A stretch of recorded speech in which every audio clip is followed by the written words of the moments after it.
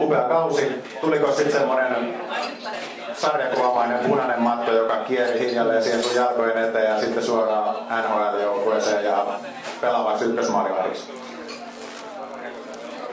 No, voi olla, että joku oli vierittämässä sitä punaista mattoa siihen, mutta niin olisi kuitenkin vielä tekemistä ja yksi hauska juttu siinä oli, mikä viimeistä ehkä rullasi se punaisen maton takaisin. Sitten oli kotipeli arkivihollista Pittsburghia vastaan ja Peter Forsberg pelasi silloin meillä teki hienon jalkakikan, ei tullut maalia, mutta sitä kelattiin videotaululla pitkään.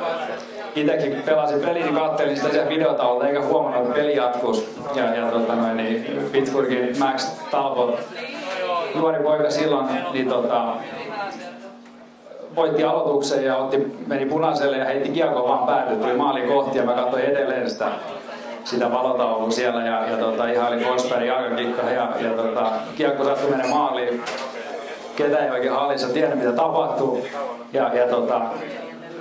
Itse muistan vaan, kun näin kun joku musta meni ohi ja ihmetteli, että alkoi peli jo. Ja koitin ottaa vain vihkaa kiekon pois maalista, ettei ketään nähnyt mitä tapahtui.